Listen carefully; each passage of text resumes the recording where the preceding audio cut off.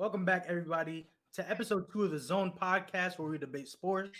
I'm your host, Monte Dixon, along with my co-host, Banik Marati, and we got special guest, Giovanni Rivera. How you guys doing today? Doing great, bro. Fantastic. You guys doing great, Absolutely bro? great. Mhm. Yeah, Gio, it's you know what I'm saying? You commented. Yeah, We brought you I in. enjoyed it. Yeah. I'm saying First I'm gonna time see on what, here. I'm gonna see what you're about today. I mean, you're a pretty good sports debater, Yeah, as is. You know what I'm saying? All our Xbox parties, we're always debating sports. It's always fun to do this.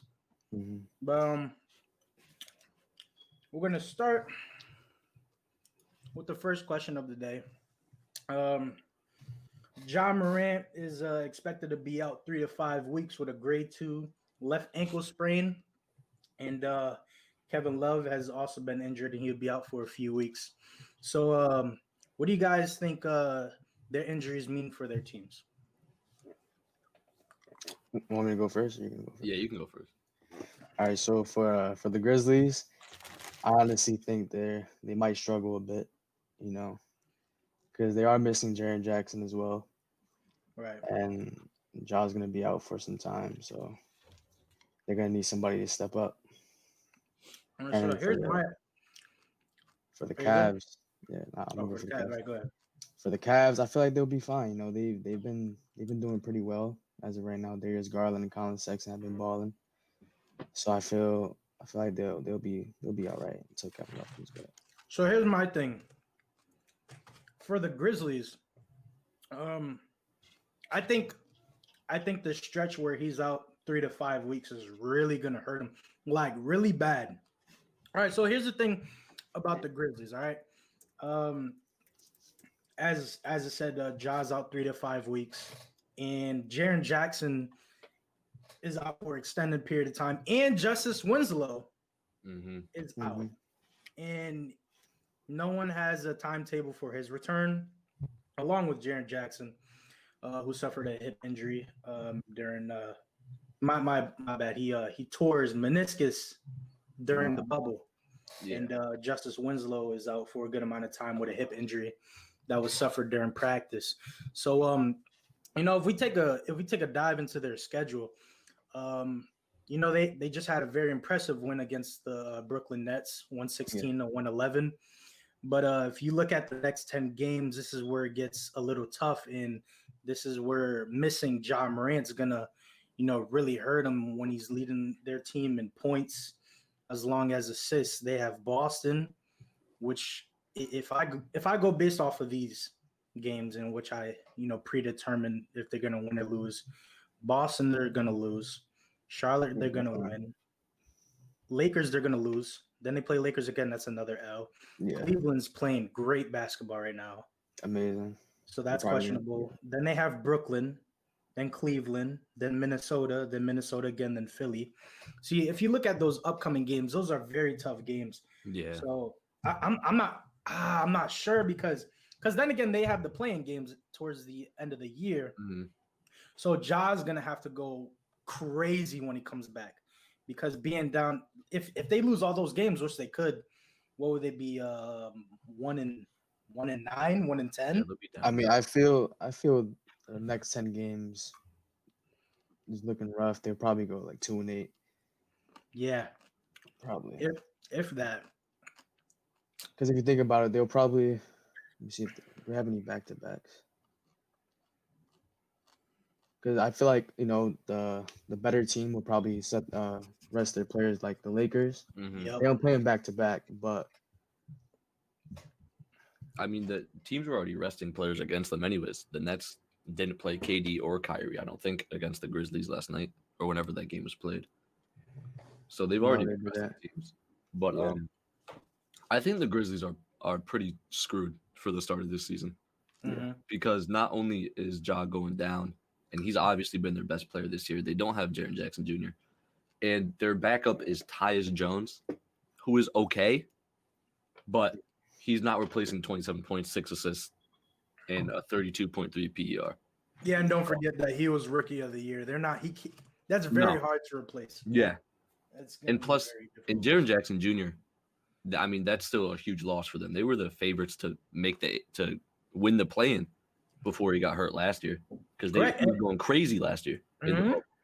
He was going insane. And So you don't know his return. Nobody Right. knows. so he could come back, in a month. He could come back tomorrow. It's Yeah. up in the air right now. For the Cavs though, I think they're in a much better position than the Grizzlies are I agree with you. because not only is Kevin Love not really producing like crazy. I mean, he's only averaging 9.5 points, 6 rebounds, but their backup is also Larry Nance, who is a fantastic backup. Yeah. And I mean, they've already been playing great. You put Larry Nance in there, they're probably playing better than what they are than with Kevin Love in there, honestly. Because not only is Larry Nance younger, but he's more athletic. He can dive. He's a great player. He's not the best shooter, but he's Yeah, a really good That's probably player. like the only thing. I mean, probably rebounding and 3-point shooting is probably the only thing. Yeah. But Kevin other Love than has that, he's a really good player. Yeah, I agree. So I And think the who thought Cavs will Colin be Sexton fine. would average 25? Yeah. He's going. Came out of He's nowhere. doing pretty damn good right now. He is. Yeah, Also, I think Darius the Garland Cavs as are well. definitely. Oh yeah, Darius Garland. yeah. That's a really good Yeah. point that they have because I think Darius Garland is running more of a point role than Sexton. So Oh yeah, no, definitely. I think we talked about it last time. So far. I think we talked about it last time how Colin Sexton's not really a point guard. right, He's more of a shooting guard, but he's just really short. right. But yeah, I All think right. the Cavs are definitely way more set up than the Grizzlies are right now. Correct. And so our next topic of discussion, as of right now, the Milwaukee Bucks are sitting at 2-2. They had an impressive game against who did they play? The Heat. They played the Heat, and they play the Heat again Yes. today. And I think it's more than impressive. I think it was a historical game because they made the most threes ever. 29 points. But as we saw in these past 4 games, Giannis has been struggling. So what are the reasons for his struggles early this season? I think the main reason for his struggles is that they're just a better team. I don't really think it's I don't think it's really all on him. He's probably just getting off to a slow start, but his slow start is still pretty good. He's averaging like 21 points, 13 rebounds. Yeah. But I mean, you add in Drew Holiday, who's taking up 17 points per game. I mean, listen, everybody except for Giannis, or the top 3 scorers besides Giannis, are playing insane right now. They're playing out of their minds. And you can't. I don't expect them to have all 4 of those players going crazy. Like Chris Middleton is having an insane start to the year.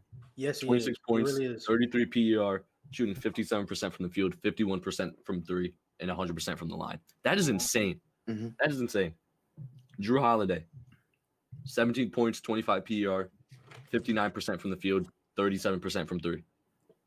Dante DiVincenzo, 14 points, 23.5 PER, 61.8% from the field, and 68.4% from 3 on 4.8 attempts per game. That is insane. That's an insane start. Mm-hmm. I agree with you. And still, Giannis is still averaging 21 points per game, 45% from the field. But he has been bad from the free throw line, but I'm not surprised because it's Giannis. Yeah, that's him. But I think it's just the fact that they've just gotten better. Yeah. Dante DiVincenzo's gotten better. They added Drew Holiday. Chris Middleton's going insane. So I can't really expect all of them to be going crazy at the same time. I agree with Bannock. I feel like Giannis is having a slow start because I feel like he's trying to get his team more involved. Mm-hmm. He's trying not to be the main guy at all times. He wants to win, so he's trying to get everybody involved, and he doesn't want to be the main focus. Probably because he saw what happened in the playoffs last year. Because when he went down, everybody was like, "All right, it's over." Yeah. And like, if they keep playing like the way they're playing right now, if Giannis gets injured, I mean, they still have an insane starting 5. Yeah. Right. So their bench has been playing pretty good as well. Yeah, they have a good team. They have some good shooters on the bench, and they got rebounding. I think this year the Bucks might actually be championship contenders, which is crazy to say. We got to find out what they're doing in the playoffs. But here's my thing. Yeah. So with Giannis, I think it's a mixture of both. I think it is some of him getting his teammates more involved, but I think it's also on him at the same time. So, one of my reasons was his teammates are playing well, and here's a given evidence of that. Chris Middleton last year shot 15 shots a game. Now he's shooting 16.5 a game, and he's shooting a higher percentage from 49.7 to 57.6% from the field. And he's taking more threes from 5.7 to 6.8, and he's shooting them more efficiently from 41.5 to 51.9%. So I think it's a mixture of both because Middleton is going absolutely crazy. He's averaging 26, 6, and 6 right now. I mean, he yeah, honestly, I mean, he's always been an all-star. Yeah, He's been an I mean, all-star, he was almost 50, 40, 90 last year. but He was like 0.1% away. These numbers are career highs for him if he could keep them up. Yeah, I feel this year will be his career year. Oh yeah, but I also say it's Giannis too, because he did drop field goal percentage from 55.3 to 45.3. Yeah. His 3-point percentage has gone down. Awful. It's kind of awful, right? Yeah.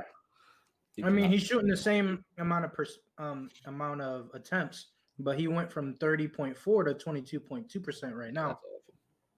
But as long as his free throws, he's shooting 50. What was it? 50%? 58.5% from the free throws. Yeah, that if he just makes his free throws as of right now, he's shooting 10 free throws a game, and he's making about 5.8. Mm-hmm. If he just makes 8 of those, his average will go up, and we wouldn't be talking about this. Yeah, that's something he definitely has to work on. That's a big issue that he started off high in his career. His free throw percentage, he started off high, and now he's just gradually decreasing. I don't understand. Yeah, I mean, same thing for same thing with his 3-point. Three, because they changed his shot. Jason Kidd changed his shot, which is so stupid. Like a couple years ago, they were like, "Stop shooting." He was like, "Okay." Yeah, I just think it's a mixture of both. As long as playing with new teammates, and having a short training camp as well. Yeah, I don't think that this is. I don't think this will continue. I don't think so either. I think he'll definitely turn it up soon. Yeah. But if he doesn't, I mean, that's going to look rough for Milwaukee, especially since he just signed that extension, $228 million deal. I mean, they're looking real good. He had 9 points, and they just blew the Heat out by 40. Yeah. So that team has really they have the record for most threes in a game made. Yes. So that gives you hope if you're a Milwaukee fan. Oh yeah. Although it was against the Heat without Jimmy Butler, but I don't think he swings 40 points. So right. All right. So NBA rookies. Some of them have lived up to expectations so far, and some have not. Mm-hmm. So as of right now, what are your favorite rookies? Who is your favorite rookie? Right now, my favorite rookie is definitely Peyton Pritchard from the Celtics. I am a Celtics fan. Yeah. Of course you are. He has been impressing me so far. Yeah. But I also think once Kemba Walker comes back, his minutes aren't going to slide down. Mm-hmm. But he's definitely something to look forward to in the future for Boston. How long is Kemba out for? Do you know? I think it was till the end of January actually. He's going to be out for some time. Yeah. That's tough. You think he's gonna mess up the chemistry that's going on right now? I don't know. No, it's Kemba. Kemba wants to win. 20-point per game score as well. No, but he's not gonna. He said scoring doesn't matter to him, so he's gonna be more. Kemba can fit anywhere. Yeah. You think Kemba he's like Chris Paul, but just not an asshole. Like you can put him on any team, and he will be good, and he will make the team better. I don't know. My favorite rookie so far this year, and it doesn't even have to do with anything basketball related, is Anthony Edwards. Just because he's cool. Like he's literally just cool. Like he hopped on a Zoom call the other day with reporters, and the first thing he said was, "Damn, I look good." Like that's so funny. That's so funny. You're just in love with his confidence. Yeah. And he said he's a better rapper than Dame in the offseason. And he said he raps like Little Baby. Like he's top 5. He's hilarious. Yeah. So it really doesn't, he's been playing great basketball too. He's averaging the most points out of all the rookies with he's averaging like 16 points per game. Yeah. Around there. He's going crazy. But it's not even because of basketball. Yeah, he's coming off the bench, averaging 16 a game. Yeah. And under a little bit under 20 minutes a game, 20 around there. That's not crazy. He's playing amazing basketball. But it has nothing to do with basketball. He could be averaging 2 points per game and he'd still be my favorite rookie right now. Yeah, it's just, because he's top 5. He's charismatic.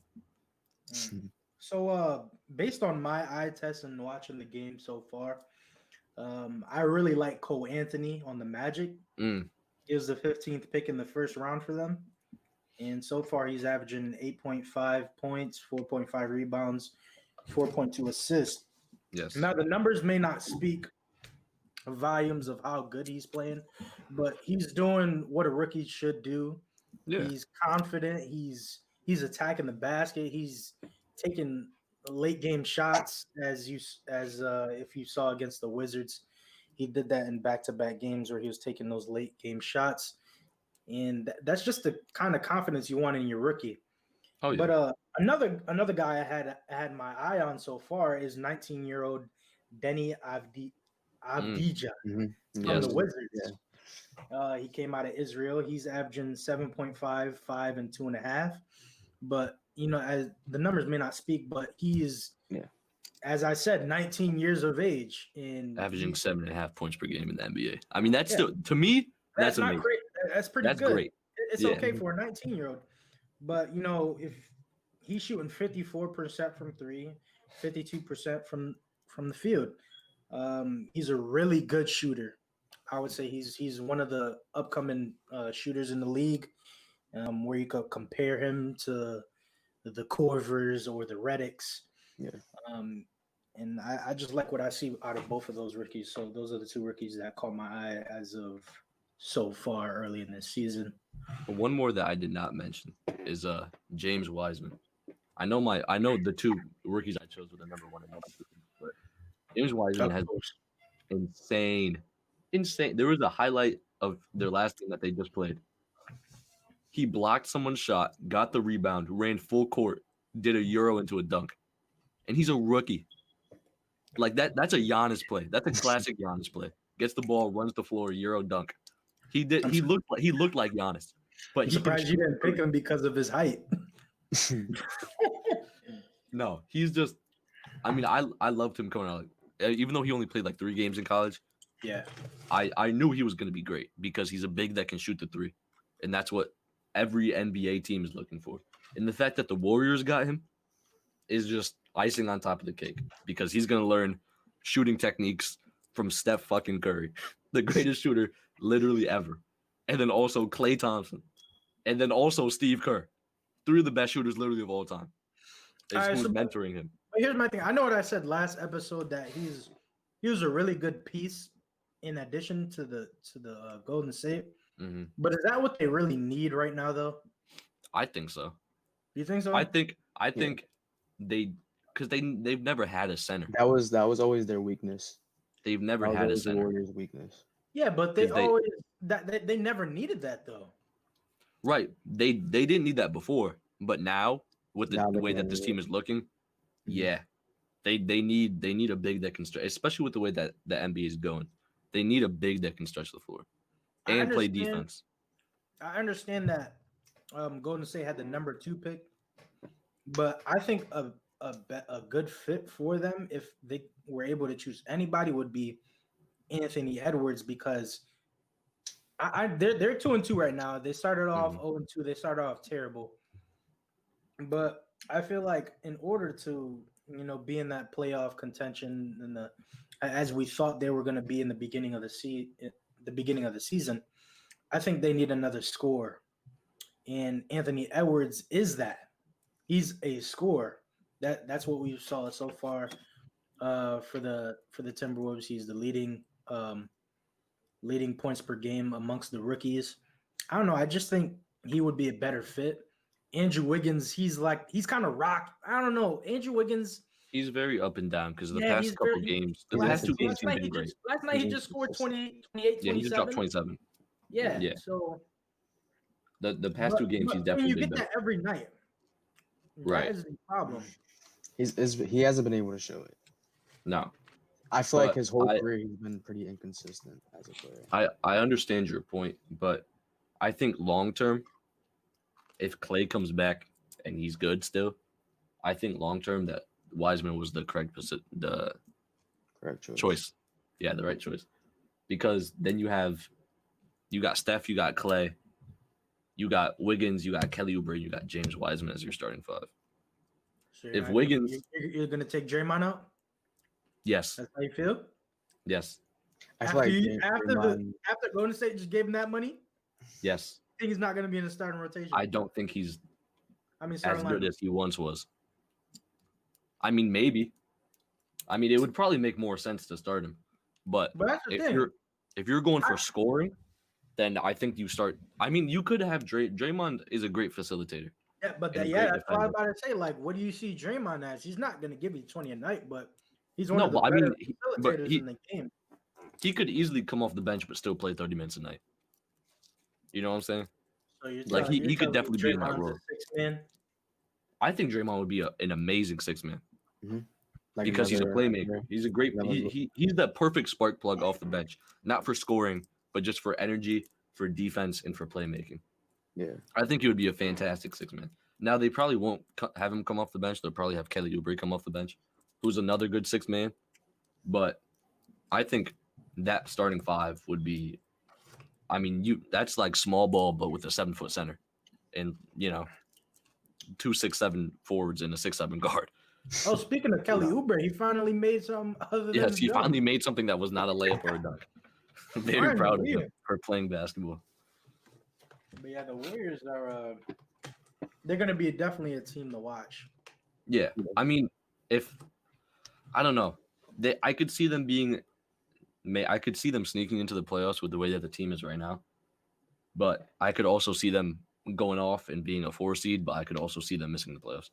So they're really just because if Steph Curry gets injured again, they're so screwed.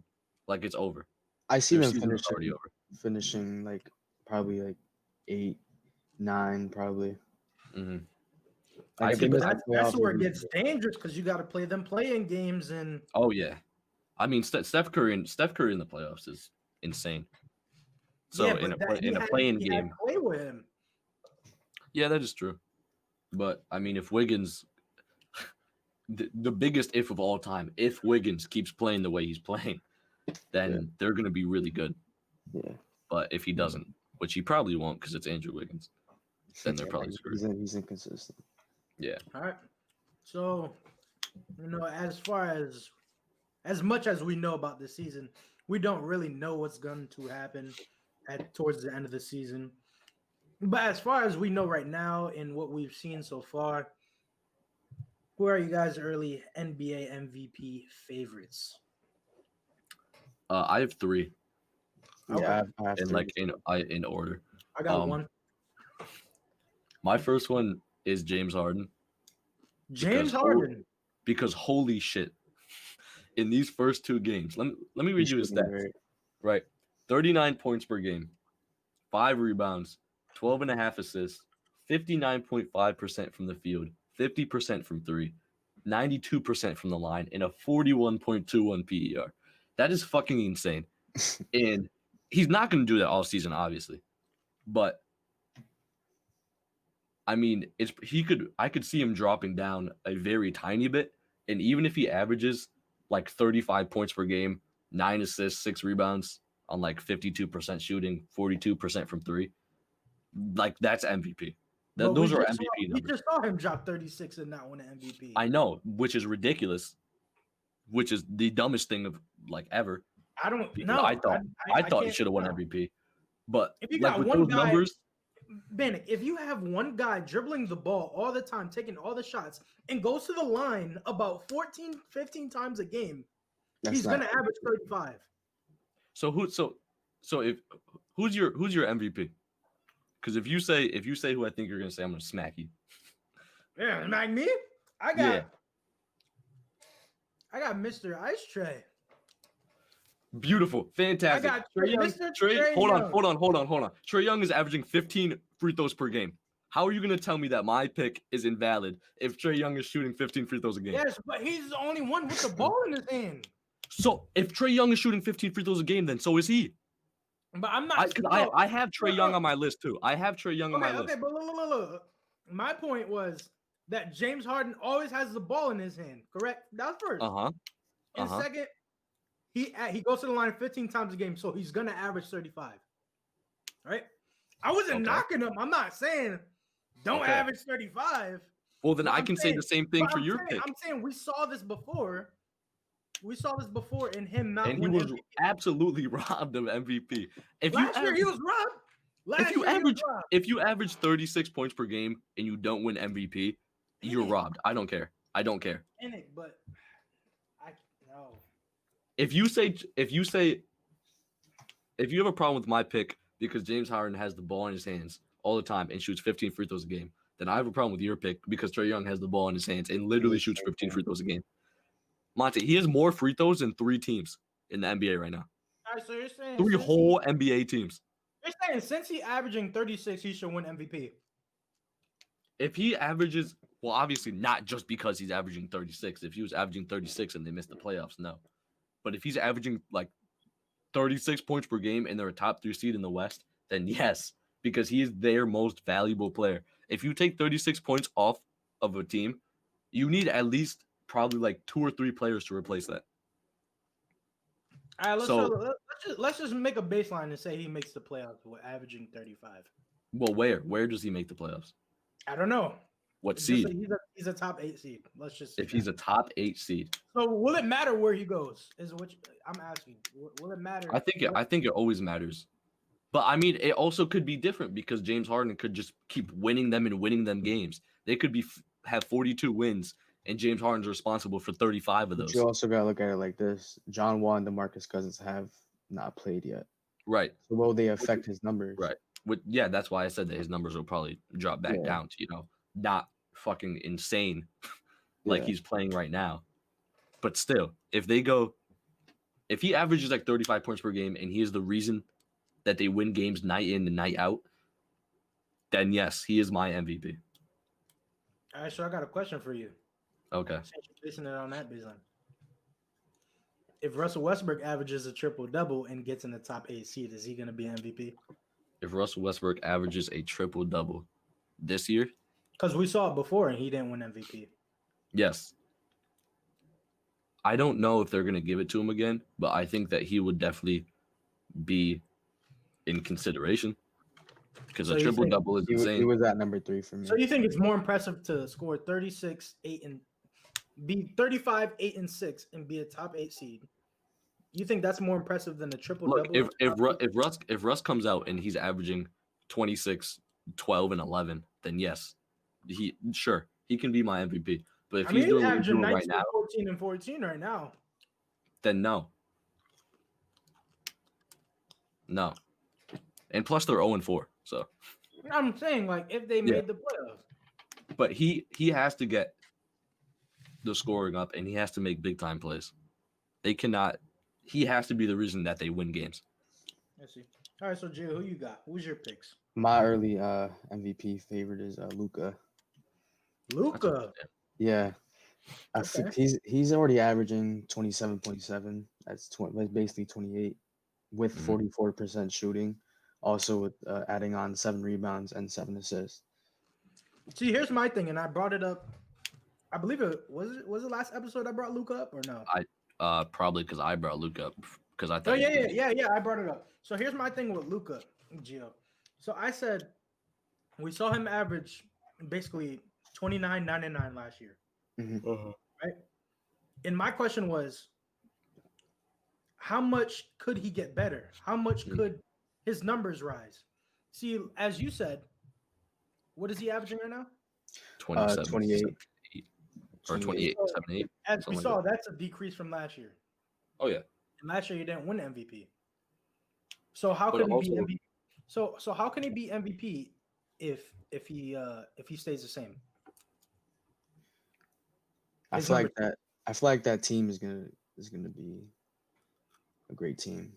They're gonna be top 3 seed in the West. So what you're saying is he can win MVP if the Mavericks See, get top 3. seeding matters a lot in MVP. Seeding matters. It didn't matter. Seeding What matters. Well, okay. One exception. How long has the NBA been around? years. I agree with that. A couple of years. But I'm saying, like, it's possible. Of course, it's possible. It's And not- it's if not a Luka huge goes out, right? But Russ had the MVP moments. He had the moments, and that I think that was my argument last time too. If the Mavs are top 3 seed and Luka's going out there and having moments, like he's making crazy ass game winners, he's making crazy ass clutch plays, then yes, because moments matter a lot. Moments probably matter more than stats, honestly, to these voters. So? To voters, yes, which is dumb. Okay. But to voters, yes. The narrative plays a big part in MVP every single year. But I have one more. I have my third. I want to get mine in. Oh, my fault, bro. My fault. Like, I want to explain Trey. Okay, go ahead. Because I had Trey on here too as my number 2. But you have somebody else other than him? Yeah, I have one more person besides that. Okay, I have James Harden, Trey, and someone else. All right, so let me explain why Trey Young is my early NBA MVP or will win it. So as you stated before, Mr. Murati, he's averaging 34 points. Yes. So along with 7 assists, 4 rebounds, 53% from the field, 42% from deep. All right, he is one of 2 teams that's undefeated at the moment. Mm-hmm. And I believe that team will go to the playoffs. All right. So they have 8 players averaging double-digit points right now. And I believe if Trey Young's the headline, Trey Young brings the Hawks back to the playoffs since 2017 season. I believe if he can write that narrative and still average, not 34, but maybe 30, 37 and 7, or 37 and 4, I believe that he'll win MVP. That's valid. That's understandable because, like you said, the narrative plays a big part in that, especially how bad they were last year. Right. Or previous years. It's been terrible. The past couple of years they have not been good. So I agree with you there. That was kind of my thing too. And also, I mean, just looking at the stats, I mean, he has a 38.15 PER, which is just absolutely ridiculous. And I doubt he'll keep that up over the course of the season. But no, he won't. Still, I mean, that's crazy that he is playing very good right now. My third is Jokic, and I know the Nuggets suck right now, or record-wise they are bad. But like Monte said, triple doubles mean a lot, and he is currently averaging a triple double through 4 games, 24.5 points, 11.8 rebounds, 13.5 assists. And the reason why I think this one will be different, I think the reason Russ won MVP that triple-double year was because nobody's done it for such a long time, and that played a big part in it, and he also set the record. At the same time, he averaged a triple-double, and he broke the record. So, yeah. Right. So, and he made him to the playoffs when KD left. So, right.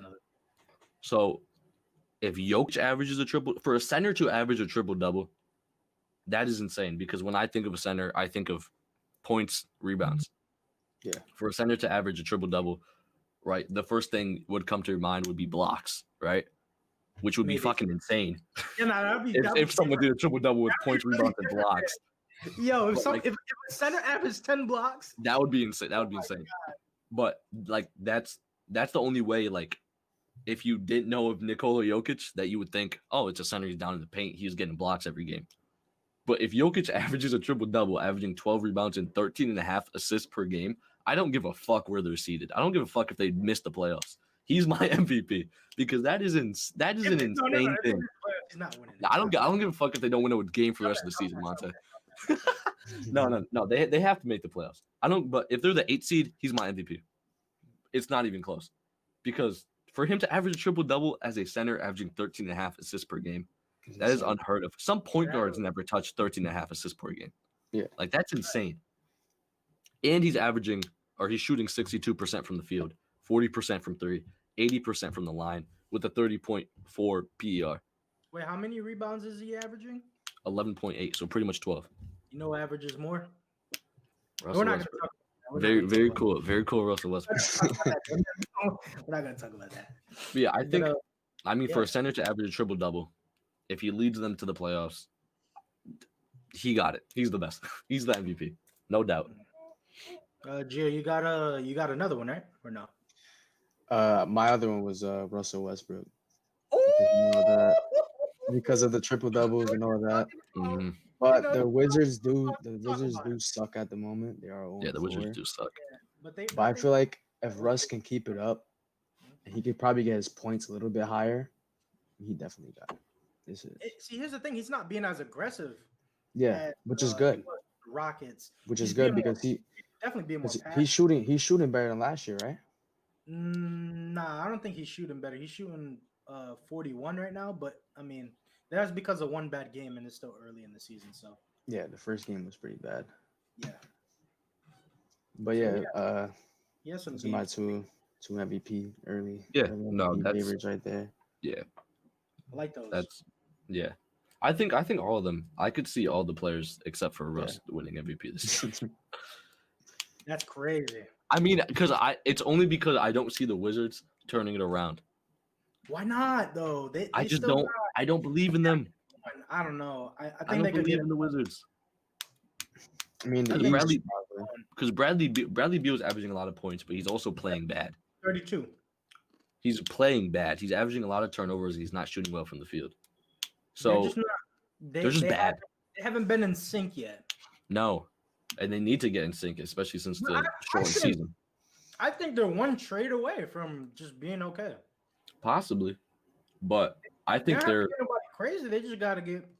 I think that they're one shooting slump away from being very good, because I think it seems like everybody on that team is just in some kind of slump, and they're just all bad. I mean, Thomas Bryant dunked the ball on his basket the other day. So clearly, they just don't know what's going on. They just don't know what's happening. I will tell you, Bertans he's shooting that thing. I'm not. Yes, Bertans, he got it. He's fantastic. I feel like the rookie that you mentioned earlier, he's gonna step up as well. Yeah, they have a lot of players. They have a lot of good players, but it's just not working yet. Rui Hachimura as well. Yeah, I mean they're good. They have a good. No, they're not good, but they have good players. Maybe it's the coaching. Maybe Scott Brooks sucks. Scott Brooks does not suck. I don't know. Maybe he does. They're 0-4 with a crazy ass team. It's not a crazy ass team, Bennett. No. Bradley Beal, Russell Westbrook, Thomas Bryant, Rui Hachimura, Denny Avdija, Davis Bertans. Thomas Bryant's good. Don't act like Tom. You're trying to say it like he's Joel Embiid or something. No, I'm not. I'm just saying he's good. You bet you're Thomas Bryant. They have two superstars. Two. I think Bradley Beal is a superstar now. Yeah, they have two superstars and a bunch of really good role players, which is exactly. I mean, that's how the Lakers won the title last year. Two superstars, a lot of really good role players, but it's just not working yet. They had experienced veterans though. They did. Yeah. They did. I mean, Russ. The Wizards is a young team. Russ is a little experienced. And the Lakers had like a bunch of. No. We were definitely. We had Danny Green and LeBron. You know. Yeah. LeBron James. But yeah, I mean, I think they can turn it around. But yeah, I don't disagree with you. But they have some things to work out. But beside that, we're gonna take a little break and we'll be right back. All right, welcome back, everybody. Now we shift our focus to the NFL, and our next discussion is about the Bills, the Buffalo Bills, to be exact. But one player that they added this offseason that has impacted them is Stephon Diggs. And now we get towards the playoffs. So does Stephon Diggs make the Bills serious Super Bowl contenders? Yes. Mr. G, would you like to go? Yeah, I feel like the Bills are my favorites to go to the Super Bowl. Okay. I feel like they're your favorites to go to the Super Bowl. The favorites. Yeah. The number over one the Kansas City Chiefs. I feel like they could beat them. And I know they lost them earlier in the season. But I feel like they improved from that game a lot. And I feel like their defense can slow down Kansas City at least a little bit, just so they can, probably get on top of them like 10 points or something, and just hold them off for the rest of the game. But I think Diggs does make this team. You look what he's averaging. Look at his stats right now. He's number one in receptions, number one in yards. His touchdowns, he only has 8. But just the fact that he's the The number game is one. bigger than touchdowns sometimes. Yeah, The game is bigger than he's touchdowns. number one in yards and receptions, and I think Yeah. he does a lot for their team. I also agree. I think that I said last week that Josh Allen was their best player. In which I still think is true, but I think Diggs is their most valuable because he has absolutely changed that offense clearly 100%. Yeah. Like Gio said, his stats are fantastic. He's been unguardable. I think I said that last week. He's been literally unguardable sometimes. He's the best route runner in the league. Easily. Easily. Deep routes, mid routes, short routes. He can literally do anything. Short routes. You already know what I'm going to say. He's not even playing. Julian Edelman's not even playing. Disrespect Julian. He's not even playing. Disrespect Julian. He's the best short route runner in the league. Don't disrespect him. But also, his catch percentage is pretty high. 76, pretty much. He is 75.9 catch percentage, which is really good. So he pretty much catches 3 out of every 4 passes thrown his way, which is really good. And also, not only is he dominant, but he's helped Josh Allen improve drastically. Drastically. That's all Josh Allen really needed, to be honest. Yeah. Better receiver. From last year, he increased his yards already by 1,231 with still 1 game to play. Right. 14 more touchdowns than last year. He's averaging more yards per attempt by 1.2, which doesn't seem like a lot, but 1 yard can win you a fucking game. His QB rating's up 21.1, and his QBR is up 33.7, which is insane. That's an insane jump from 1 year to the next. He was like 47.9 last year. This year he's like 81.1. I think he's 81.1. That just shows how much one player can make an impact. Right. Which is why I think he's not only the most valuable player, but I think he really makes them a Super Bowl contender, because now you need to put your best corner.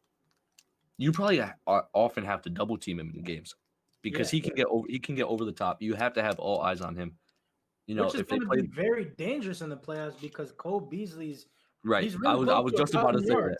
I was just about to say that. Really good year. If Cole Beasley is healthy in time for the playoffs, because I believe he's injured right now. If he's healthy in time for the playoffs, I mean that team, because now you have to guard Cole Beasley in the slot. He's like Julian Edelman light. He's Julian Edelman, but like from like Save a Lot. And then you have to guard Diggs over the top, and then you got Josh Allen who can run the ball. You got Dawson Knox, who I don't even know if he's playing, but he's a really good tight end. Devin Singletary is really good. That team is really good. Singletary, and getting deeper in the playoffs, he's going to have to be an important piece because he hasn't been rushing the ball this season very good. He's not doing I say as well as I thought he should be. Only 680 yards rushing. He still has the talent. I think that can really hurt a team in the playoffs. But Zach, I don't know. I feel like they might go with Zach Moss because that's what probably. They've been going with Zach Moss later this season so far, and he has more touchdowns than Devin Singletary. I wouldn't be, but that offense just has a lot of weapons. Is what I was trying to say. The offense can do really anything, right? And we're gonna have to see, because if Stephon Diggs gets taken away, we're gonna have to see how good Josh Allen is, right? Because if he gets taken away and Josh Allen struggles, that's gonna be now you have a formula to beat them. You take Stephon Diggs away. If the passing game goes away, then you pretty much already lost. All right, and now does Stephon Diggs make the Bills serious Super Bowl contenders? And my answer is definitely does. So as you stated, Josh Allen has been incredibly better than what he has in the past 2 years as rookie in the second year. He's gone up from 58.8% completion to 69.1 That's in an one insane season. jump as well. That's crazy. Yes. That's absolutely insane. And as you mentioned, Gio, he's first in yards, first in receptions. He's also second in yards per game. But I think Stephon Diggs is not only the reason why they're Super Bowl contenders. I feel like that defense has stepped up in towards the second half of the Mm-hmm. season. Mhm. They're 10th in yards allowed, which you can work with that during the playoffs. You don't have to be the best, but 10th, that's around the area you want to be at. Yeah, top 10. They're 8th in total passing yards allowed, which is really good when you're Yes. got to play great quarterbacks in the AFC like Pat Mahomes, Lamar Jackson. Lamar Jackson. You got Tannehill, who's been doing really good. Yes. But here's where they can, lose ball games is that running defense. Yeah. They're 19th in total rushing yards allowed, which is not. It's going to be really tough if you're going to have to play the Ravens, Or the who's a Titans. really good rushing team, the Titans, Yeah. really good rushing team. So when you play teams like that, that's when it can get a little rock. But I think that offense can make up for some of those. And so I think the offense can definitely carry them. I think this is the Stephon Diggs effect. Vikings not going to the playoffs. Mm-hmm. The Bills are about to go to the playoffs. I think it's the Stephon Diggs effect. And plus, Stephon Diggs, I mean, we've seen him make big plays before, like the Minneapolis Miracle. That was him. Because I mean, it wasn't really all him, because he should have been tackled. Right. But the fact that, I mean, it was a crazy catch, first of all. Second of all, coming down, keeping his balance, not stepping out of bounds on that play is also insane. So, I mean, he makes big plays. He's a true number one elite wide receiver in the NFL. I remember there was one play, week 2, like 2 years ago against the Packers. He made a crazy deep ball catch. That was and I think it was an overtime as well. So he can be clutch. He's very clutch. He is a very clutch player. And the Bills have shown that they can, beat those playoff teams. They've beaten the Steelers. They've beaten Arizona, who is out of the playoffs as of right now. But I feel like they're still a playoff caliber team. Yeah, they are still a playoff caliber team. They show that they can beat Seattle. They can beat the Giants. Miami has one of the best defenses in the league right now. So I feel like they're they're a team to look out for, definitely. But that shifts our focus over from Stephon Diggs to the rest of the wide receivers in the NFL. There's some other NFL receivers who have had a great season. And so we debate and we ask ourselves, who's the best receiver in the NFL right now? Gio, you can go first since you're outnumbered here. Well, Diggs is the best receiver in my eyes, just because the effect he has on the Bills, and also his stats. He's number one in almost every category. Yeah. But I guess you can say Devontae Adams is also up there. But Diggs he's at the top. He has the crown right now. One. And I'll tell you why he has the crown, Gio. I'll tell you why right now, right? So his stats, right? 109 catches, 1,328 yards, 17 touchdowns, 76.2 catch percentage. And you look at those stats, you're like, well, they aren't as good as Diggs. And then I hit you with this curveball, right? He's missed 2 games. And he has almost 1,400 yards and 17 touchdowns. So with my brain, I can assume that he would probably be at around 120 catches, probably be at almost 1,500 yards, and probably have 20 touchdowns if he played those extra 2 games, which is fucking insane. That is insane. That is insane. If he actually had that stat line, 120 catches, 1,500 yards, but 20 I touchdowns. Also feel like Josh Allen likes to move the ball around. He does. So he does pass to more players. Aaron Rodgers, it seems like he's horny for Devontae Adams all the time. Which brings that to my point, Ben. Can I go? Go ahead. Yeah, go ahead. Which brings that to my point. Devontae Adams is 4th in yards, 1st in touchdowns, 1st in yards per game, third in yards after catch, and third in receptions with 2 less games. But as you just stated, Gio, Aaron Rodgers wants to go to him more. Mm-hmm. Right? The Bills, I feel like, have more weapons. So I feel like the degree of difficulty for Devontae Adams is higher when you're the only receiver on that team. The person the person behind Devontae Adams on that team with the most yards is 603. 603. That's it. That's There's less than half of what he has. He has nobody. Tanyan's a good tight end. He's a very Robert good. Tanyan is a very He's a good tight end. But he's not a He's yards definitely after catch type of guy. He's a reception tight end. So I just feel like the degree of difficulty for Devontae Adams, because he's getting doubled every single game. Yes. Beasley can go off for 140 as he showed. Yeah, And they he got to got it shift their before. focus off to Beasley, and they got man on with Stefan. Then they got a man on with Beasley. You can't double one. But with Devontae Adams, he's always being doubled. You know where the ball's gonna go to, but you just can't stop it. And that's why Also, he's leading the league in touchdowns too. More about Devontae Adams. He has a higher catch percentage than Stephon Diggs at 76.2%. But also not just stats, but raw ability. He's 6'1", 219, and he's probably the second best route runner in the league, right behind Stephon Diggs, and is right behind Stephon Diggs. Yeah, it's close. He's an insane route runner for his size. He's insanely fast for his size as well, and he has some of the best hands in the NFL, easily.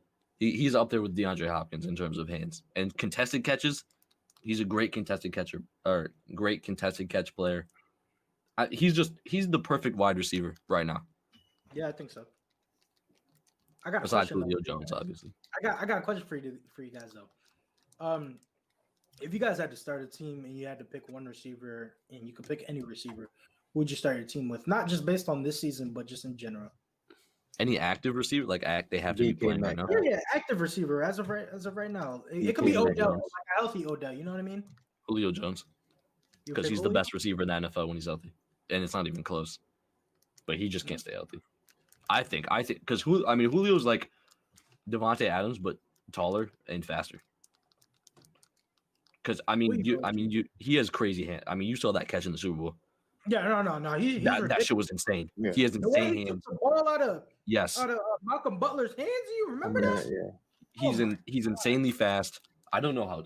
I'm gonna guess that he's 6'3". I don't know how tall he is. He might be taller. He's like 6'3". No, he's 6'3", and he ran a 4.39. Like, the man is just built different. He's built way different than anybody else in the NFL. So I would definitely take Julio Jones.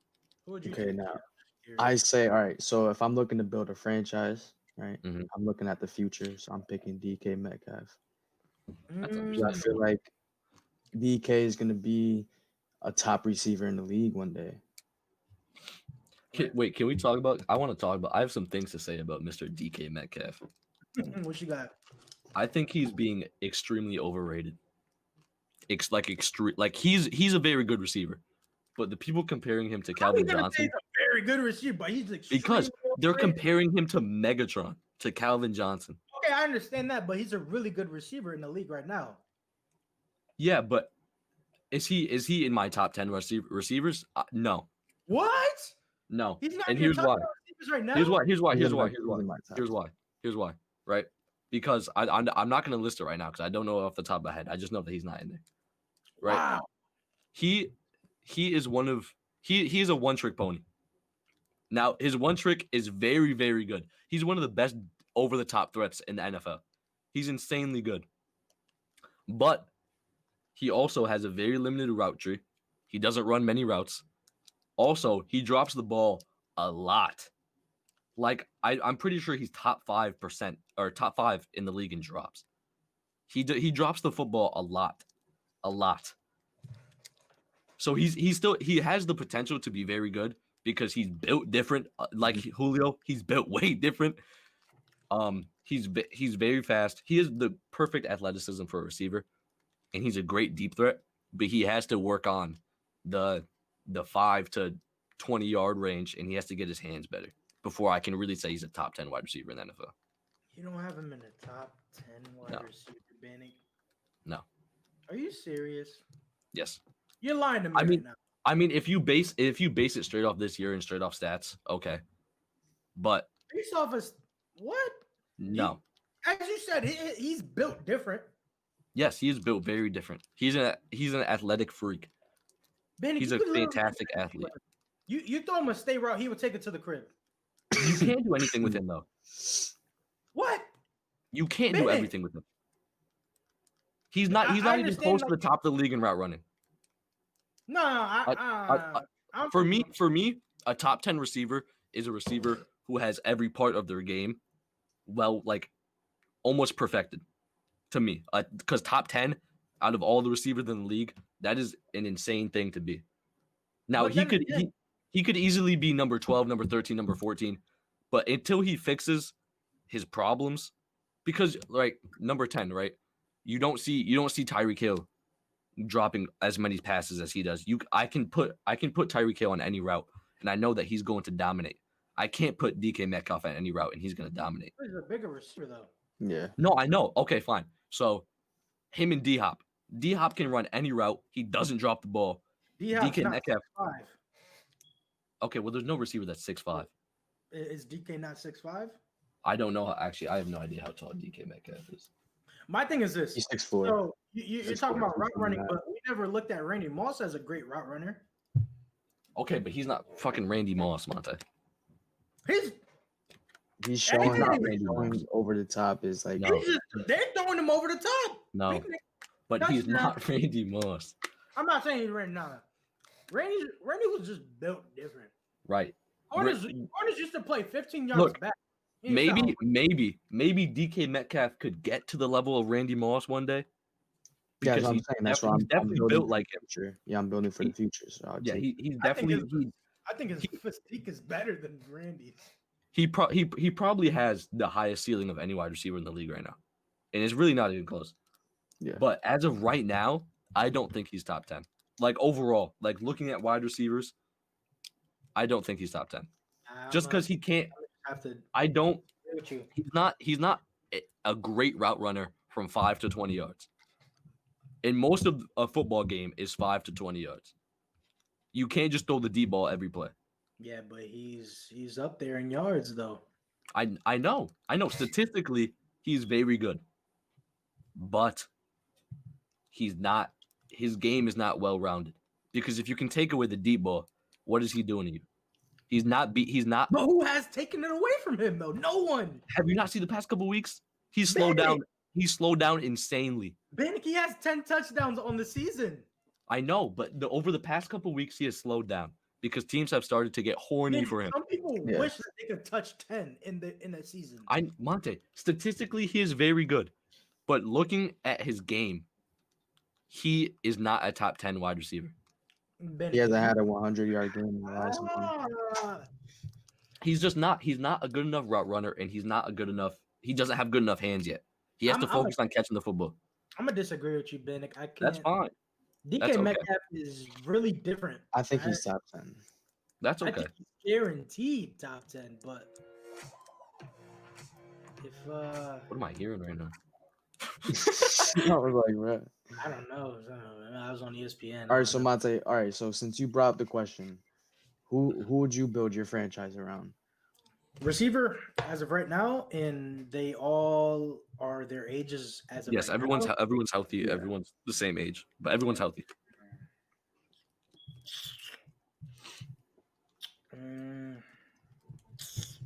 I think I would build it around probably Odell. That's understandable. I like Odell. When he's fully healthy. Yeah, Odell fully healthy is top 5. But here's the thing: if I'm gonna start him on my franchise, I gotta make sure I get the proper quarterback for him. Of course. But we're not building our franchise right now. Yeah, we're not building a franchise. Maybe next episode. Yeah. The receiver I want him to be, I just need a quarterback. It doesn't have to be like Aaron Rodgers. It just has. It could be anything because he was succeeding with 35-year-old Eli Manning. Yeah. So Eli throw him up the it, ball. it could be any. Like imagine if he had like Kyler Murray or something. Oh, yeah, so He would be many going crazy. interceptions, right, Benny? That's why Eli had so many interceptions. Yeah, Eli was bad towards the end. He was trash. Better than All right. Daniel Jones. But that brings us to our next topic of discussion. I hate this guy. As well as you all know, the NFC least is Monte, have you ever thought about that? Maybe we're just so good that we just keep losing to ourselves. Yeah, I don't know. You guys just absolutely Nah, terrible. we fucking suck. The whole But, division sucks. the Cowboys, the Giants, and the Washington football team There you are go. still able to clinch that 4th seed and make the playoffs. Which is insane. One important game that's coming up this weekend is the Cowboys versus Giants. And what is you guys' prediction on that game? Well, me being the Giants fan, Yeah, of course. I have the New York Football Giants winning that football game. Okay. And here's why. All right. The past couple games, yes, we've lost, but they've been against, elite teams. We lost to the Ravens, who aren't really elite, but they have Lamar Jackson. They have a really good team. We lost to the Browns, and we lost to the Cardinals. We lost to 3 really good, really talented playoff teams. Dang, you lost to the Cardinals when they're down, when they're not You know, doing good. I mean, we're not a great football team, but we're beating the Dallas Cowboys. No. And here's my reasoning, right? Okay. The Cowboys defense is bad. It is bad. Like your offense was good. I hate this guy. The Cowboys defense is bad. Go ahead. The Cowboys offense is still injured, and I think that our defense is going to win us this football game because throughout the entire season, that's really what it's been. The defense has made big plays when it really matters the most, and there's no bigger game for us this season than Week 17. If we win, we have a chance to make the playoffs. And I think that our defense is gonna step up. We're gonna make plays like we really have been doing that all year. Our defense has just been making plays and winning us games. Like I could pretty much say, how many wins do we have? 5. Yeah, in this five. area, you guys need to beat them, and then And Washington football team needs to lose. yeah. Nah, the Giants just need to win to make the playoffs because they already beat Washington twice. No, but if Washington the wins football this- team, yeah, they have a better record than us. Oh, they have a right now. better record. Oh. Yeah. But our defense wins us almost every single game. I mean, against the Seahawks, we scored like 17 points, but we held the Seahawks to 12. Our defense wins us football games. Yeah. So I think our defense is going to step up. We're going to make plays. We're going to win the game. But I have to disagree. That's fine. Yeah. I understand. I understand that I'm outnumbered here. Yeah, I I just get feel like the Cowboys are gonna give it their all. They're just gonna explode. I feel like we're really gonna see what this offense has. That's understandable. I mean, I know they have Andy Dalton and not their usual QB Dak, but Yeah, Andy no, Dalton's not the worst backup. No, I mean, he He's- has he's good. experience. he's been all right. Yeah, I wouldn't say he's good. Alright. Yeah. I don't know. I mean the last 3 games actually, they won. They're on a win streak currently. So But here's my also, 2 of those are against the Bengals and then the Eagles. The So- win against the Niners was Didn't good the though. Bengals just beat Yeah. the The Steelers? Bengals suck. Don't get me started. The I'm just Bengals saying, suck. I'm just The saying. Steelers also suck. Just saying. But Steelers here's are my not great. thing. Here's my thing. All right. If you want me to be totally honest, this game does not matter. Okay? Because the Washington football team is going to beat the brakes off the Eagles. Oh yeah, no. They're just guaranteed going to the Eagles, 20%. probably. But since we're talking about this and we have to, Mhm. I'm gonna say the Cowboys are gonna beat the Giants 27-7. Nothing crazy. It's gonna be 27-7. 7-7. Andy Dalton has been playing very well in these past 3 games, so I understand that these teams were not very good, Hmm. but No. the Giants are not very good as well, right? Am I Our lying? defense is though. I Our understand. but the defense is team- better. The team is not very good. I think half of our team is very bad, and that's the offense. That's the offense. The Alright. offense is very Okay. bad. All right, so yeah, I just think Andy Dalton's been playing very good in these past 3 Mhm. games, and with 3 wins in a row, that gives a team momentum in a certain amount of confidence. Even if it's a good team that they play against the Oh next yeah, of week, course. so it gives that sense of confidence to have. But at the end of the day, I don't think that the that this game really matters. I think Daniel Jones is not going to do well in He said this. it. He said it. I've never been confident in Daniel Jones No. from the start. He only has 9 touchdowns in 13 13 games, and there's players that like Nick Mullins has more touchdowns than him. And Nick Mullins has been on and off the field. He's been benched, not benched, benched, not benched, and has more touchdowns than him. I don't know. This offense is terrible. I don't see them Offense is very bad. scoring. I just don't see them scoring more than the Cowboys. Yeah. I understand that the Giants do have a solid defense, but I don't think they'll be able to. And also one of the best corners in the league. Yeah, I give you that, but I just don't think that that defense is gonna be able to every possession they're gonna stop them because the offense is gonna get a 3 and out. Defense has to go back. Offense gets 1 first down, then a 3 and out, and then the Cowboys are gonna have to score at some point. But at the end of the day, I don't think this game really matters. I think the Washington football team will be just fine as long as Alex Smith plays because Dwayne Haskins just got cut. Thank God, because he was not good. He was bad. But I mean, we can't. He was terrible. I'm not But I gonna think take Alex the Eagles Smith out of is that better, game. so I think he'll get it done, and he'll lock in that 4th seed. So Do you want to talk about if the playoffs should be changed? Just real quick, do you think that the playoffs should be changed because a 7-9 team getting the 4 seed is a little bit ridiculous? yeah, we I could think. talk about it. It's up to you. We can All talk right, about hold it. up, hold up. No, we can talk about it now. All right, so hold up. And I'm saying we could cut this part out. Blah blah blah blah blah blah. Because we still have like 2 more topics left. Yeah. All right, so our next topic of discussion is the NFL playoffs. As we are talking about the NFL, we understand that the NFC East is not doing that well, as we just spoke about them. Since they are in the playoffs and they are negative, and Yes. do we feel like the NFL playoffs should be changed in the format of it? Absolutely, 100%. I think they should go back to the way it was before. I How was think that. I just think that. The top 2 teams in each conference get a bye.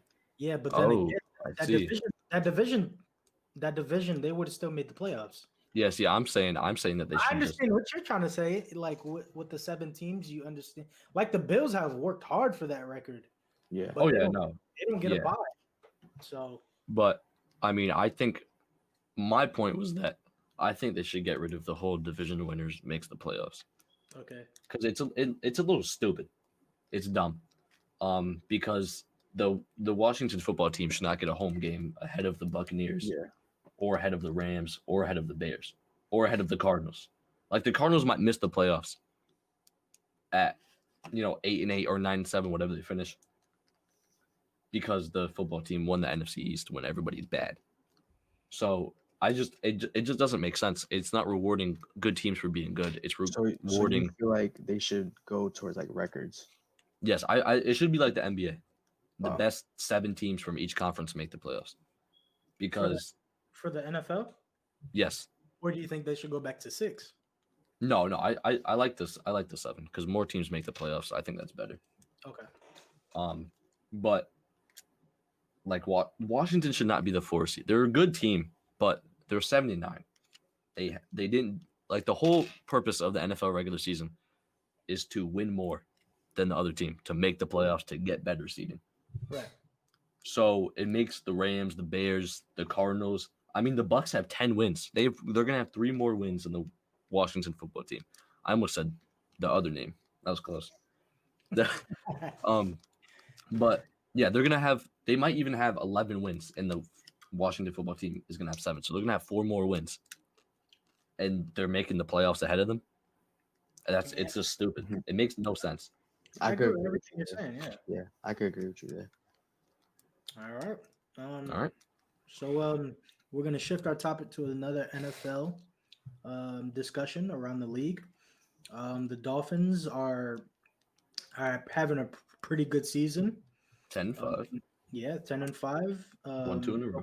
we all know the situation. They Ryan Fitzpatrick started out the season very strong, and they decided to go with Tua Mhm. during the middle of the season. But as we saw in this past week against the Raiders, they benched Tua and put in Fitzpatrick, and And they they had a crazy went on, comeback, right? they went on to win the game. So, do you guys believe that that the Dolphins should continue with Tua um, in moving forward to the playoffs? I feel like they should put in Fitzpatrick for the playoffs, Mm, just because Tua is your future. I don't think the Dolphins can make a strong run in the AFC for a championship. I mean, I know their defense is extremely good. Yeah. But that offense is not, not a Super Bowl. Yeah. They're not. So I feel like, just putting in Fitzpatrick, he wants to. He seems like he wants to win. Just see what he can do. Save Tua for the future. Just leave it at that. See, your point that they don't have really a chance to win the Super Bowl. That was also I also had that, but yeah, I said that Tua should be the starter. Basically, like you said, they don't. I don't really think they have a chance to make it. Probably to even the AFC Championship game. So I don't think there's any harm in having him play and seeing what he can do because Fitzpatrick is not the future. So Yeah. I don't think that he really should play at all in the playoffs. I understand regular season, but playoffs, like let's say like they're down big in the playoffs, there's no point in benching Tua because you need him to get the experience. Experience matters so much in the NFL. Yeah. Because if you know what you're doing and you know what's going on around you, especially in the playoffs, it's a huge boost. That's why Tom Brady's still good. Mhm. I mean, he knows what the fuck's going on, like at all times. He knows what's happening. That's why Peyton Manning was so good. He knew what was. I mean, he was calling out defensive plays before the ball was snapped. Like he knew already what was happening, and that's experience. That's just knowledge. right. So And I think it wouldn't make sense to me at least to have Fitzpatrick start. I understand if they're in a close game and they kind of do what they did. Then if they really, really, really, really want to win, and they really think, all right, we have a chance. I understand putting in Fitzpatrick like in certain situations. Yeah. Because someone said they use Fitzpatrick like a pitcher, like a closing pitcher. Yeah. Tua's out there, and when it's very important, all right, put Fitz in the game. He can close it out for us. But another point is that they also have the number 3 pick, so it's not really a big deal for them to win right now because they can just get another young piece. So I think Tua should just start. Just give him the experience. He's been in big games, so I think he can handle the pressure. And I think he really needs the experience because who knows if the Dolphins are going to be here next year. right. They were a surprise to everybody this year, I think. Yeah. At least to me. I did not think they were going to be 10-5. Nah, I didn't either. Right. And I thought they would be like 7-9, barely missed the playoffs. Yeah. so I think the Dolphins should move forward with Tua. I think, as Ben stated, that experience really matters in this league. And if you're going to move forward with Tua and you believe that's your future, he needs to go through that hardship. If they lose, you never know. But having that experience in the playoffs and what it's like to be in the playoffs, which may help Josh Allen this year. He's had those playoff failures last year. So he now moving forward, he may know what to do and what not to do in certain situations. Right. And so I feel like that would help Tua in a huge way. And It would probably also, sorry to interrupt you, but it would No, you're also good. probably boost his confidence yeah, to definitely. be named the starting QB of a playoff team, Yeah. especially with like the way that he's kind of been benched during games. I think it would hurt him more than help him for him to sit. Yeah, Yeah. I feel like if they bench him, then questions will start going through his mind. Do they really believe in me? Yeah. Like when it comes to the biggest moment, are they just going to put another quarterback in? I feel like that could hurt a young quarterback in mentally. But And also, go ahead. again, I keep interrupting you. I'm sorry. Go ahead, But I think if they do that, I think Tua is the person that can handle it because his college situation at Alabama with him and Jalen Hurts, was a little similar, except Jalen Hurts was Tua. I And feel like Tua was Ryan feel like Fitzpatrick. I feel like this situation is more like Hurts. Yeah. But I think Tua probably learned from Jalen. Jalen clearly is a good quarterback, and I think he's a really good person. So he probably taught Tua. He probably helped mentor Tua. So I think if Tua does in fact get benched, I think he can handle it. So yeah, I would move on with Tua. Yeah, me too. And now, last but not least, we shift our focus to NCAA football. Yes. And the first round, basically the my first round. Clemson Tigers. Basically the first round of the playoffs. Yeah. I mean, yeah, however you want to call it. But Clemson goes against the Ohio State, whatever their thing is. Buckeyes, baby. Buckeyes. Yeah, Ohio State Buckeyes. I lost it for a second, you know what I'm saying? Yep. But what you guys' predictions on this Well, if you did not know, I am a Clemson Tigers fan. Oh, I'm a big Clemson Tigers fan. You've been a fan on a lot of your segments this year. Yes. I've been a fan since Deshaun Watson. He's still my favorite player in the NFL. Besides D-Hop, because he also went to Clemson. And Gio is also a fan of the Ohio State Buckeyes. Yes, I am. So this is a very interesting discussion. Monte, he said he liked Penn State for a little bit. I don't know if he still watches college football. Yeah, my favorite college player of all time is actually my second is Trevor Lawrence. Mine is Zeke. Yes, First Trevor Johnny Lawrence. Manziel. Shout out to Johnny Manziel. So what a guy Johnny Manziel is. But yeah, obviously, I'm not picking against Clemson. I think we're going to beat Ohio State again for the second year in a row. And here's why, right? I think the fact that Ohio State has only played 6 games this year is really going to hurt them compared to our full schedule. Yeah.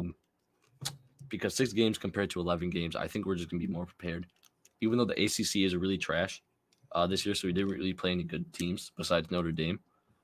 I think that we're still going to I think we're just more prepared for football than Ohio State is.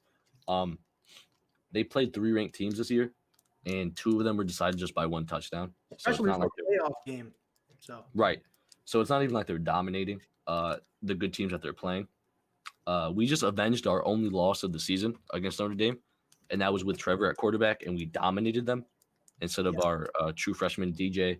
I don't know how the fuck to say his last name. It was close. And honestly, I think that we are better than we were last year. Honestly, we have the number 6 defense in the country, and every team except one ahead of us in defensive rankings has played less games than us. So, I mean, if they played the same amount of games, I think we would be easily top 3. We have the number 10 offense in the country. Ohio State has the number 6 offense, but the number 34 defense, which is yikes. We're top 4 in touchdowns scored. So our offense is obviously amazing. We have one of, if not the best college football running back of all time, Travis Etienne. Statistically, he's amazing. He's insane. The plays that he makes, he's a playmaker. He makes insane plays. We have Trevor Lawrence, obviously, who's the best quarterback prospect since Peyton Manning. Andrew Luck. And Andrew Luck. I forgot because we literally said that last episode too. Our offensive line is very good, as usual. Our defensive line is very good. The only part I think we're weak right now is wide receiver and corner, but that's because our wide receivers are injured. Justin Ross is not playing. But we still have Amari Rodgers, who is really good. And our corners, we haven't really had great corners for the past couple of years, besides I can't remember. I look like a fake fan. I can't remember his name. But he plays for the Falcons right now. He got fucking torched in the national championship against Jamar Chase. AJ Terrell. Yeah, he got dominated, but he was still good. But yeah, they struggled. The defense struggled this year against the number 9 team right now, Indiana. And we're better than Indiana by a mile offensively. They gave up 35 points. And we're better defensively than Indiana as well. And Justin Fields threw 3 interceptions. So I just think I don't think it'll be a an easy game, but I think it'll definitely be easier than last year because last year was tough for us. It was a tough game for us last year. And I know I'm a Ohio State fan, but I see us struggling a lot in this game.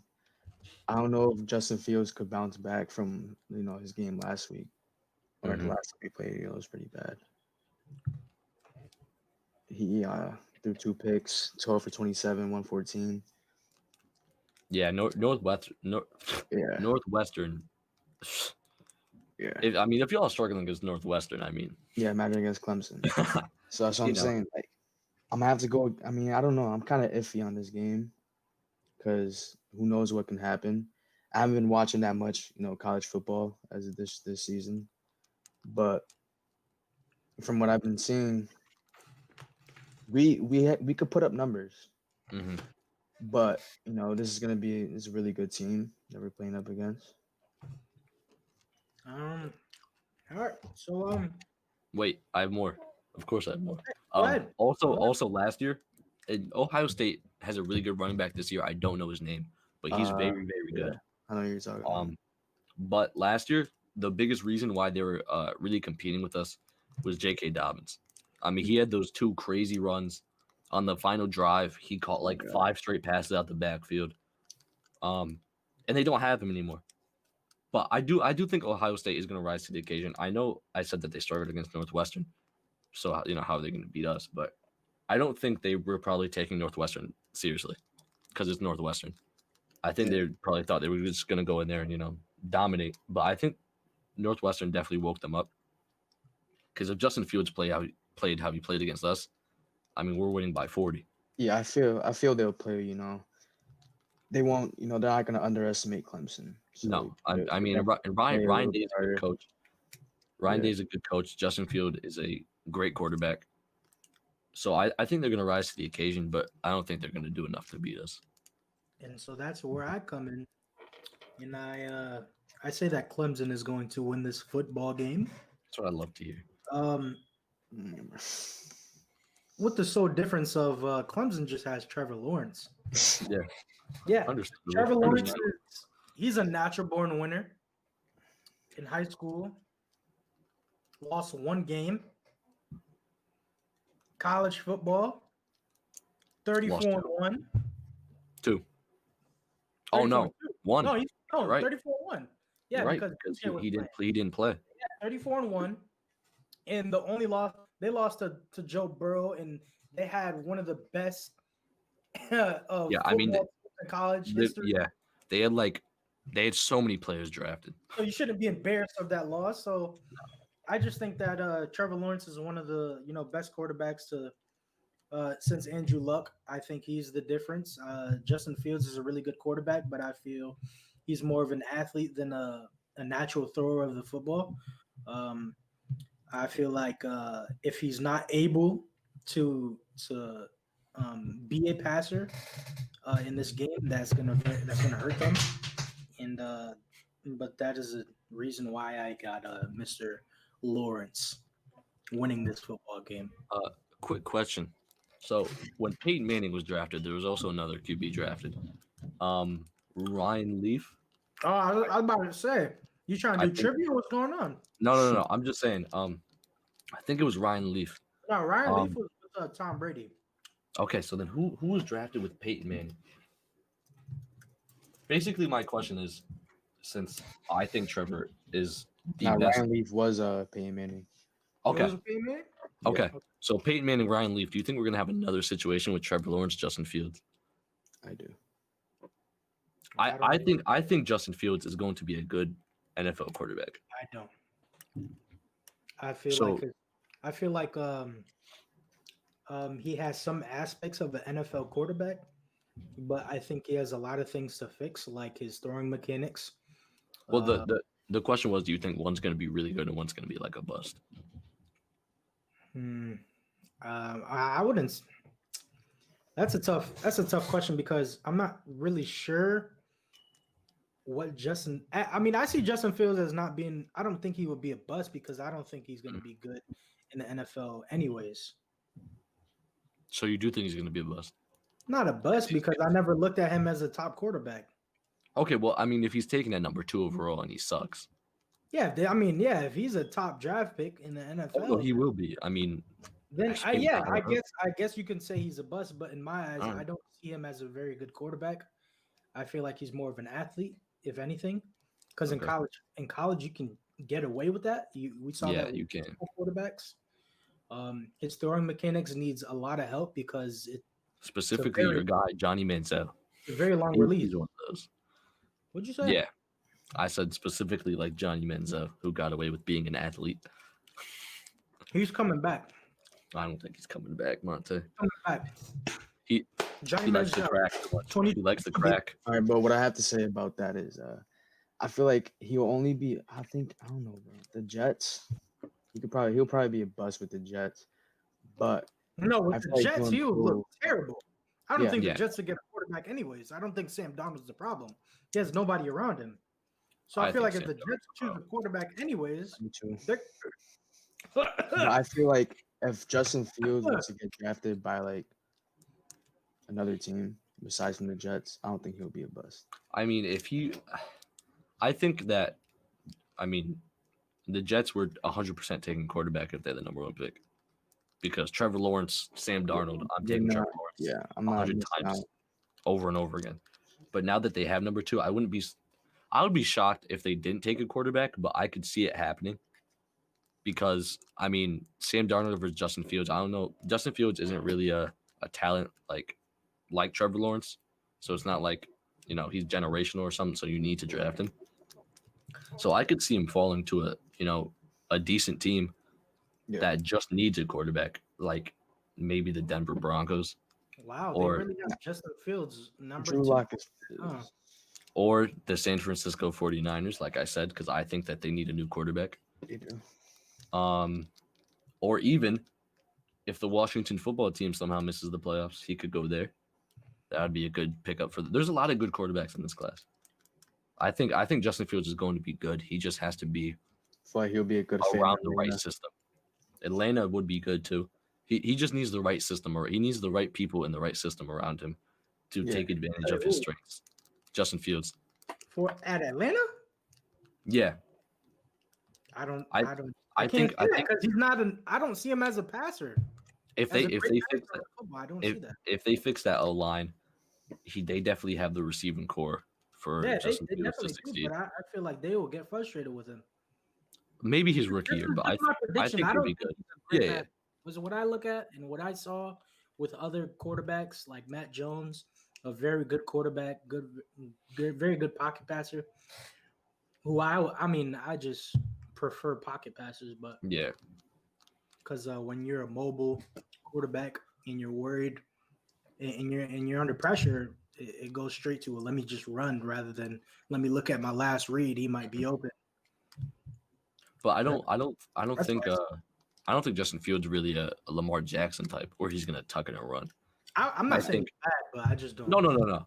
I think that he's definitely. I'm not saying he's Russell Wilson, but I think he's a Russell Wilson type, where he's not gonna do what Lamar Jackson does to you, but he's elusive.